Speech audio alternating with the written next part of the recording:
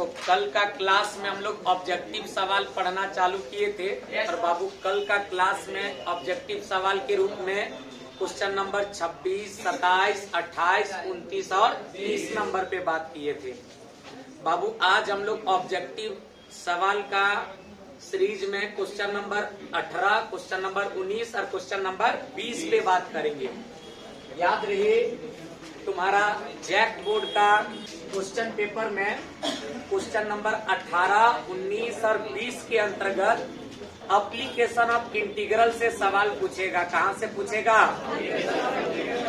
JAC board का question के अंदर, जैक बोर्ड का एग्जाम में जो क्वेश्चन पूछा जाएगा उस क्वेश्चन के अंदर क्वेश्चन नंबर 18, क्वेश्चन नंबर 19 और क्वेश्चन नंबर 20 में एप्लीकेशन ऑफ इंटीग्रल से सवाल पूछा जाएगा। कहाँ से सवाल पूछेगा?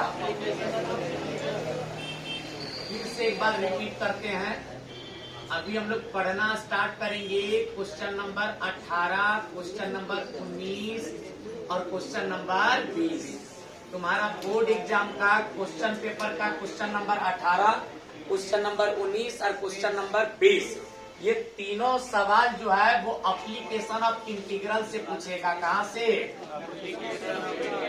बोलना है दोस्त, सभी लोग को बोलना application of integral. Application of integral chapter से पूछा जाएगा और एप्लीकेशन ऑफ इंटीग्रल चैप्टर के एप्लीकेशन ऑफ इंटीग्रल के अंदर हम लोग को दो चीजों पे बात करनी है। सबसे पहली बात एरिया से रिलेटेड सवाल, एरिया बाउंडेड से रिलेटेड सवाल, क्षेत्रफल से रिलेटेड सवाल और तो और फिर हम लोग यहाँ पे ऑर्डर और डिग्री से रिलेटेड सवाल। ये तीनों टॉपिक पे बेझिझक तरीका से, एकदम बेहतरीन तरीका से हम लोग बात करेंगे। सबसे पहले क्षेत्रफल से रिलेटेड जो ऑब्जेक्टिव सवाल है उसको बनाया कैसे जाता है, थोड़ा सा हम लोग इस मुद्दा पे बात कर लेते हैं। बाबू तीन कॉन्सेप्ट ध्यान में रखना है, तीन गो रूल ध्यान में रखना है और ये तीनों रूल का प्रयोग करके हम लोग एरिया बाउंडेड का ऑब्जेक्टिव सवाल को इजीली बना सकेंगे। यदि आपके समाज सर्कल का इक्वेशन दे दिया जाए, यदि आपके समाज सर्कल का इक्वेशन के रूप में x square plus y square बराबर ए स्क्वायर दे दिया जाए और सवाल में कहा जाए दिए गए सर्कल का इक्वेशन के मदद से, दिए गए सर्कल का कर्व के मदद से घिरा हुआ कुल क्षेत्र का क्षेत्रफल बताइए। घिरा हुआ कुल क्षेत्र का, तो जब भी इस तरह का सर्कल से रिलेटेड इक्वेशन दे करके सर्कल से घिरा हुआ कुल क्षेत्र का क्षेत्रफल निकालने के लिए कहा जाए, हम लोग सर्कल का पहले रेडियस ढूंढेंगे। क्या ढूंढेंगे? सर्कल का सेंटर ढूंढेंगे। क्या ढूंढेंगे? और वो कैसे दोस्त? यहाँ एक्स का स्क्वायर है तो एक्स को करेंगे 0 से इक्वेट, यानी एक्स कोऑर्डिनेट मिला 0। फिर वाई का स्क्वायर है तो वाई कोऑर्डिनेट को करेंगे 0 से इक्वेट, यानी वाई कोऑर्डिनेट 0। ये 0,0 कहलाएगा सर्कल का सेंटर। क्या कहलाएगा? सर्कल का सेंटर। और आरएचएस साइड में ए का स्क्वायर है कर मतलब सर्कल का रेडियस ए होगा। कितना होगा? अब थोड़ा सा फिगर बनाते हैं। सभी लोग को पता होना चाहिए ये रहा वाई एक्सिस, कौन एक्सिस? और ये रहा एक्स एक्सिस, कौन एक्सिस? बाबू एक्स एक्सिस वाई एक्सिस का मिलन स्थल ओरिजिन कहलाता है। क्या कहलाता है? ध्यान देना है, कहानी क्लियर होगा। अब ग्राफ बनाते हैं। क्या कहता है? 0,0 को सेंटर मानते हुए, 0,0 को केंद्र मानते हुए ए रेडियस वाला सर्कल का फिगर बनाइए।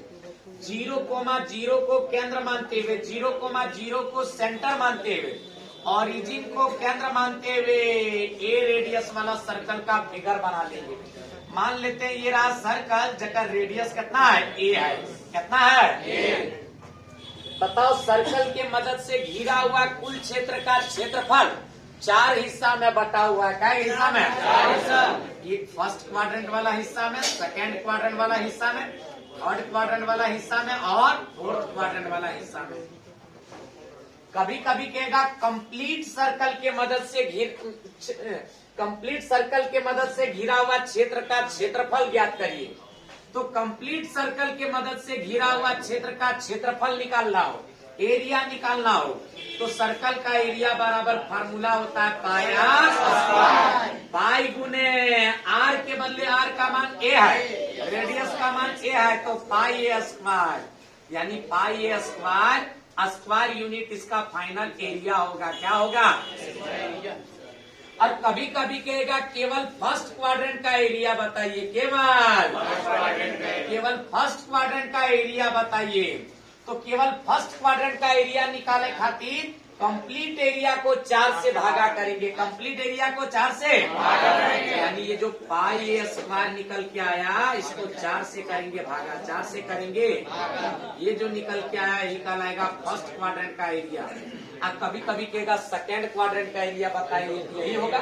कभी कभी कहेगा थर्ड क्वाड्रेंट का एरिया बताइए, माने यही होगा। कभी कभी कहेगा फोर्थ क्वाड्रेंट का एरिया बताइए, माने यही होगा। कभी कभी कहेगा फर्स्ट क्वाड्रेंट तथा सेकेंड क्वाड्रेंट का एरिया बताइए। कहने का मतलब हम लोग 4 से भागा नहीं करेंगे, कितना भागा करेंगे? 2 से। हमको लगता है समझ रहा होगा ना दोस्त। तो याद रहे दोस्त, कहानी एकदम क्लियरली माइंड में सेट कर लो। अभी इस कॉन्सेप्ट का प्रयोग करेंगे, लेकिन हाँ इस कॉन्सेप्ट का प्रयोग केवल हम लोग ऑब्जेक्टिव क्वेश्चन को बनाने के लिए करेंगे। क्या कोई दिक्कत है दोस्त? सर जी, जब भी सर्कल से रिलेटेड ऑब्जेक्टिव क्वेश्चन आए हम लोग इसी पैटर्न के तहत काम करेंगे। क्या कोई दिक्कत है दोस्त?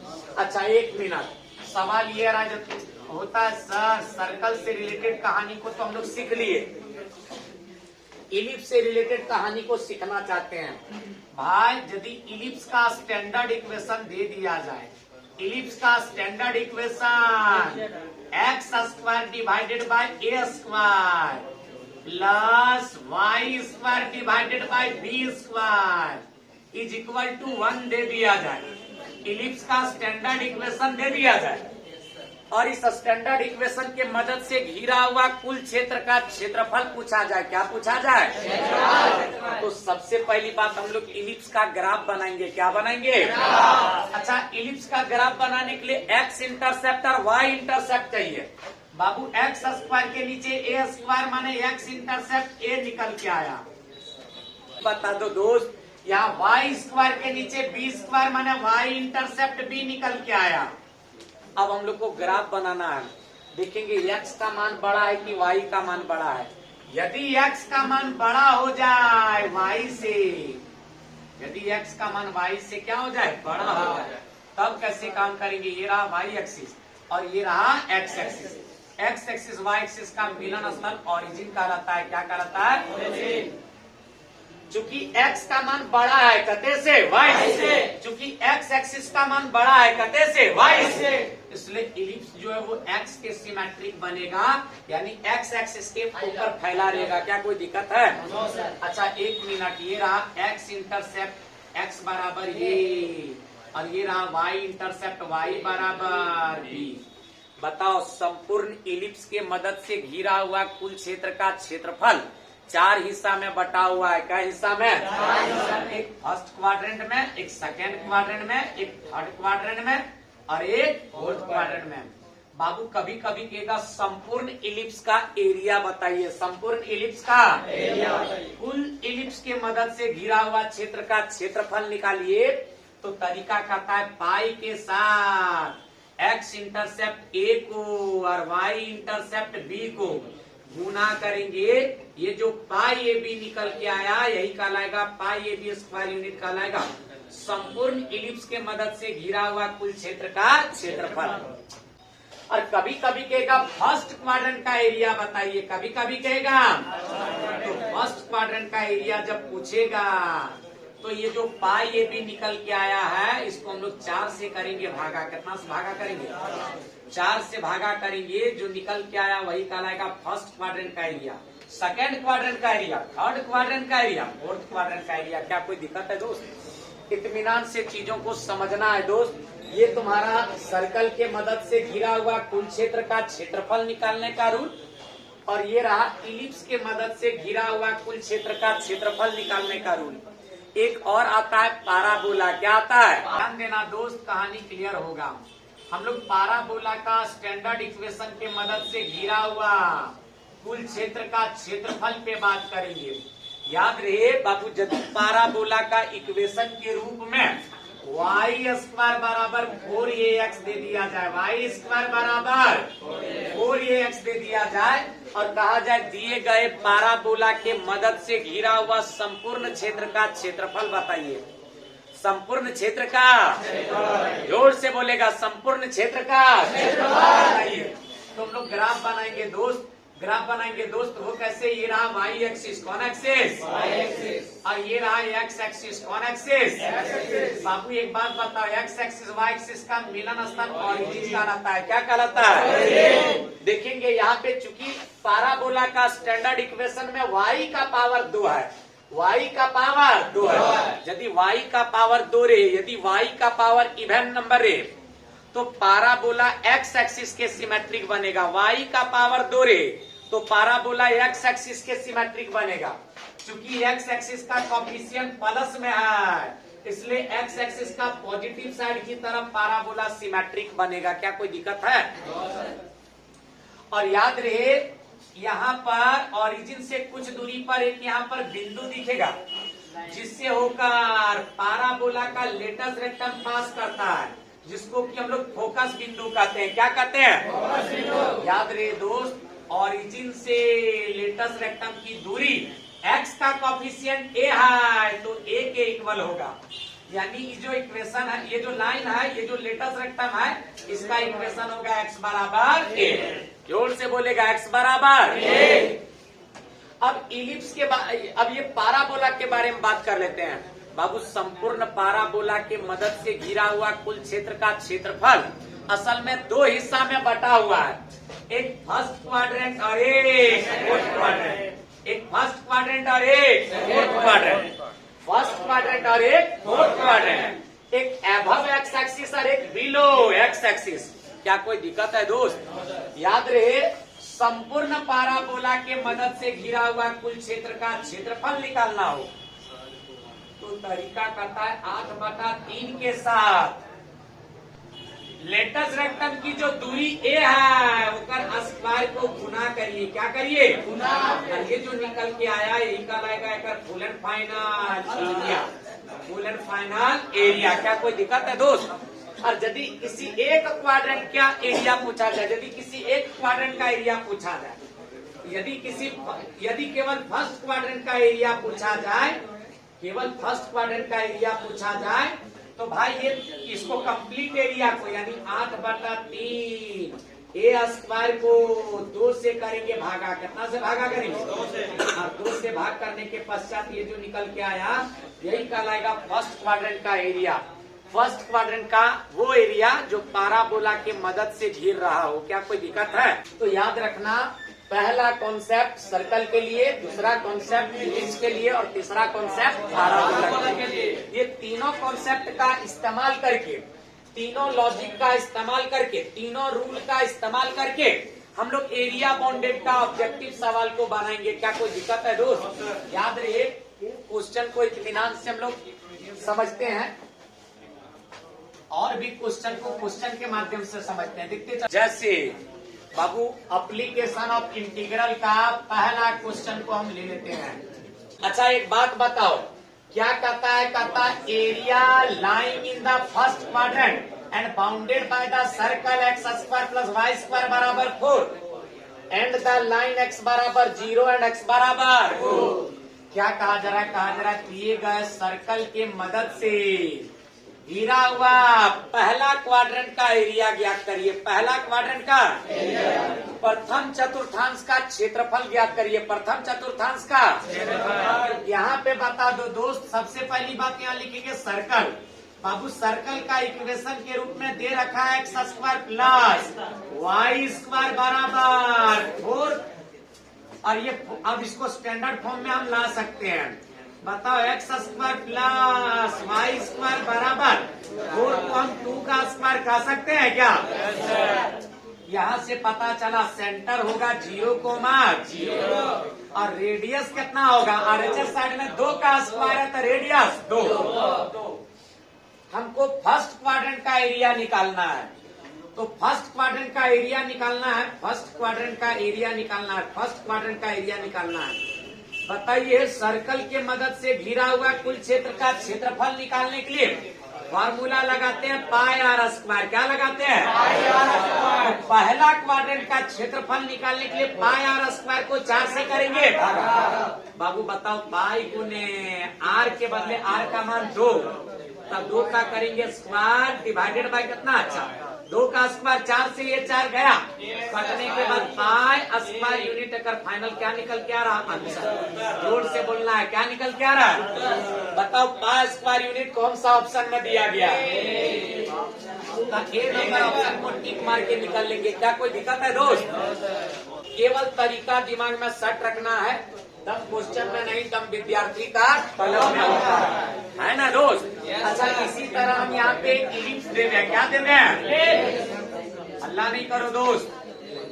इलिप्स का स्टैंडर्ड इक्वेशन के रूप में दे दे एक्स स्क्वायर बटा 3 का स्क्वायर प्लस वाई स्क्वायर बटा 4 का स्क्वायर और बराबर 1।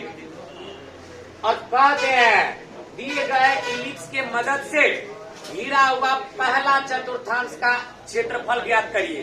फर्स्ट क्वाड्रेंट का एरिया निकालिए। फर्स्ट क्वाड्रेंट का एरिया, फर्स्ट क्वाड्रेंट का एरिया निकालिए। फर्स्ट क्वाड्रेंट का एरिया तो बताओ, एक्स स्क्वायर के नीचे 3 स्क्वायर माने एक्स इंटरसेप्ट कितना? 3। वाई स्क्वायर के नीचे 4 स्क्वायर माने वाई इंटरसेप्ट कितना? 4। बाबू हमको फर्स्ट क्वाड्रेंट का एरिया निकालना है। फर्स्ट क्वाड्रेंट का एरिया, फर्स्ट क्वाड्रेंट का एरिया निकालना है तो फॉर्मूला क्या करता है? कहता है पाई गुने एक्स इंटरसेप्ट यहाँ पर 3 गुने वाई इंटरसेप्ट यहाँ पर 4। ये संपूर्ण इलिप्स के मदद से घिरा हुआ क्षेत्र का क्षेत्रफल मिलेगा। हमको पहला क्वाड्रेंट का चाहिए, इसलिए 4 से करेंगे भागा। 4 से 4 खत्म, कटने के बाद क्या आया? 3 पाई स्क्वायर यूनिट अगर फाइनल क्या होगा? आंसर। जोर से बोलो, फाइनल क्या होगा? आंसर। हालांकि इस पर क्वेश्चन नहीं था, ये हम अपने से यहाँ पर लिए हैं। ये एडिशनल क्वेश्चन है तुमको सिर्फ समझाने के लिए। क्या कोई दिक्कत है दोस्त? अच्छा, 1 मिनट। अब सवाल ये राज होता है, सर आगे कहानी पे बात करिए। 1 मिनट, पाराबोला वाला कहानी पे बात करिए, जिससे पाराबोला से रिलेटेड यहाँ पे क्वेश्चन दे दिया जाए। क्या दे दिया जाए दोस्त?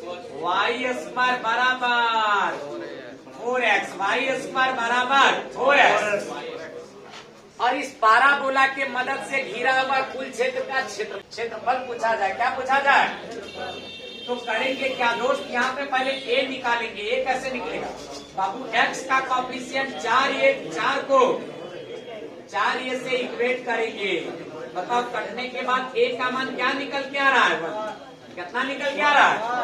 अब हमको संपूर्ण एरिया निकालना है, तो संपूर्ण एरिया के लिए फॉर्मूला होता है 8/3 और गुना में ए स्क्वायर, गुना में 8/3 गुने 1 के बदले 1 का मान कितना? 1। तो 1 का स्क्वायर कर देंगे, यानी एरिया यहाँ से निकल के आ रहा 8/3 स्क्वायर यूनिट। इसका फाइनल क्या होगा? जोर से बोलेगा बाबू, ये ना इसका फुल एंड फाइनल। तो याद रखना, केवल तरीका लगाना है, तुमको तुम्हारा मंजिल ऐसा ही मिलेगा। और उम्मीद करते हैं इस टाइप का क्वेश्चन यदि आता है तो आराम से जवाब दे सकेगा। क्या कोई दिक्कत है? तो एरिया बाउंडेड का जो भी ऑब्जेक्टिव टाइप का सवाल बनता है उसके ऊपर हम लोगों ने बात किया। चलो हम लोग नेक्स्ट कहानी पे बात करते हैं, यानी डिफरेंशियल इक्वेशन का ऑब्जेक्टिव सवाल पे बात।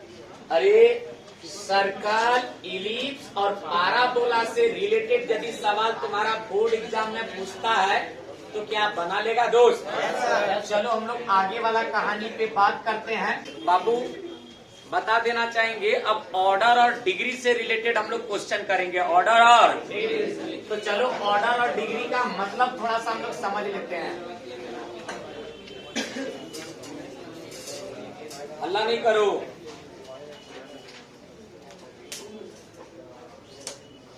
किसी डिफरेंशियल इक्वेशन के अंदर मैक्सिमम जितना बार डिफरेंशिएशन किया गया होगा असल में उसकी संख्या कहलाता है ऑर्डर। क्या कहलाता है? Order. Maximum number of differentiation done in A differential equation.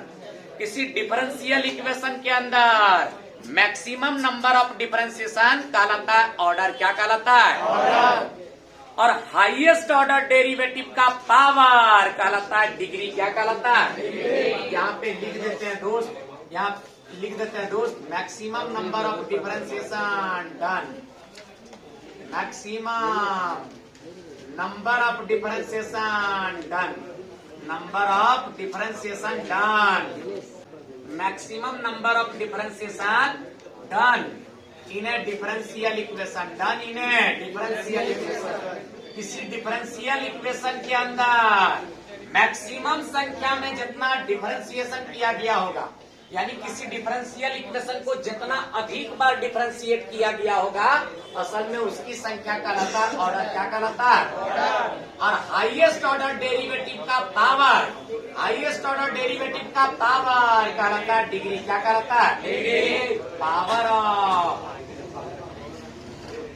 Of highest order derivative, highest order derivative, highest order derivative, highest order derivative का पावर कहलाता है डिग्री। क्या कहलाता है? हाईएस्ट ऑर्डर डेरिवेटिव का पावर कहलाता है डिग्री। क्या कहलाता है? और किसी डिफरेंशियल इक्वेशन के अंदर मैक्सिमम जितना बार डिफरेंशिएशन किया गया होगा, असल में उसकी संख्या कहलाता है ऑर्डर। क्या कहलाता है? हाईएस्ट ऑर्डर डेरिवेटिव का पावर कहलाता है डिग्री। क्या कहलाता है? Question number first, question number first, यहाँ पे डिफरेंशियल इक्वेशन दिया गया है d4y upon dx to the power 4 plus sine y triple dash बराबर 0। एक और यहाँ पे डिफरेंशियल इक्वेशन दिया गया है अपॉन dx2 का whole power 2 plus cos of dy upon dx बराबर 0। एक और डिफरेंशियल इक्वेशन दिया गया है y ट्रिपल डैश का whole power 2 plus y double dash का होल पावर 3। फिर दिया गया y सिंगल डैश का पावर कितना 4। फिर यहाँ पे दिया गया y का पावर 5 इज इक्वल टू 0। हम लोग चीजों को समझेंगे दोस्त, अब ध्यान देना है, कहानी क्लियर होगा। हमने क्या कहा? किसी डिफरेंशियल इक्वेशन के अंदर जितना अधिक बार डिफरेंशिएशन किया गया होगा, उसकी संख्या कहलाता है ऑर्डर। क्या कहलाता है? और किसी डिफरेंशियल इक्वेशन में हाईएस्ट ऑर्डर डेरिवेटिव का होल पावर कहलाता है डिग्री। क्या कहलाता है? ध्यान देना है दोस्त, कहानी क्लियर होगा। जैसे हम बात करें इस डिफरेंशियल इक्वेशन की, तो इस डिफरेंशियल इक्वेशन में मैक्सिमम कितना बार डिफरेंशिएशन किया गया है? 4 बार। मैक्सिमम कितना बार डिफरेंशिएशन किया? मैक्सिमम कितना टाइम्स डिफरेंशिएशन किया गया है? 4 बार। तो ये कहलाएगा ऑर्डर। क्या कहलाएगा? यानी यहाँ पर ऑर्डर कहलाएगा 4, ऑर्डर कहलाएगा 4। और इसी का होल पावर 1 है, एक कहलाता है डिग्री। लेकिन चूंकि यहाँ पे डेरिवेटिव एंगल के रूप में प्रयोग हुआ है, sine cos tan cot sec cosec का, याद रहे, यदि derivative sine cos tan cot sec cosec का एंगल के रूप में प्रयोग हो, तो ऐसे इक्वेशन में डिग्री अनडिफाइंड होता है। डिग्री क्या होता है? डिग्री क्या होता है? अनडिफाइंड। यहाँ पे डिग्री अनडिफाइंड होगा। क्या होगा? अच्छा, एक कहानी और यहीं पे थोड़ा सा समझने का प्रयास करना। ये d2y इस इक्वेशन में d का मैक्सिमम पावर कितना है? 2 का ऑर्डर कितना होगा? 2। ऑर्डर कितना होगा? 2। चूंकि यहाँ पे डेरिवेटिव जो है वो ट्रिग्नोमेट्रिकल फंक्शन का एंगल के रूप में प्रयोग हुआ है, इसलिए ऐसे स्थिति में डिग्री अनडिफाइंड होगा। डिग्री क्या होगा? डिग्री अनडिफाइंड होगा। क्या होगा? अनडिफाइंड। ध्यान देना है दोस्त, यहाँ पे हम इस पे बात करते हैं। y ट्रिपल डैश माने y का 3 बार डेरिवेटिव हुआ है, यानी इस इक्वेशन में y का मैक्सिमम क्या बार डिफरेंशिएशन हुआ? 3 बार। ट्रिपल डैश माने 3 बार डिफरेंशिएशन हुआ, इसलिए ऑर्डर कितना हो जाएगा? 3। ऑर्डर कितना? 3। और ये जो हाईएस्ट ऑर्डर डेरिवेटिव है, इसका होल पावर कितना है? 2। का डिग्री हो जाएगा 2, डिग्री कितना हो जाएगा 2, डिग्री हो जाएगा 2, डिग्री कितना हो जाएगा 2। इस तरह से उम्मीद करते हैं सारा क्वेश्चन बनेगा। याद रखना है डिग्री और ऑर्डर से रिलेटेड एक क्वेश्चन 2 क्वेश्चन पक्का क्वेश्चन नंबर 18, 19 या 20 में से किसी एक में रहेगा। क्या कोई दिक्कत है दोस्त? तब उम्मीद करते हैं इस टाइप का क्वेश्चन यदि तुम्हारा बोर्ड एग्जाम में आता है तो उसका जवाब तुम आसानी से दे सकेगा। यहीं पे स्टॉप करेंगे, मिलेंगे नया कहानी के साथ कल।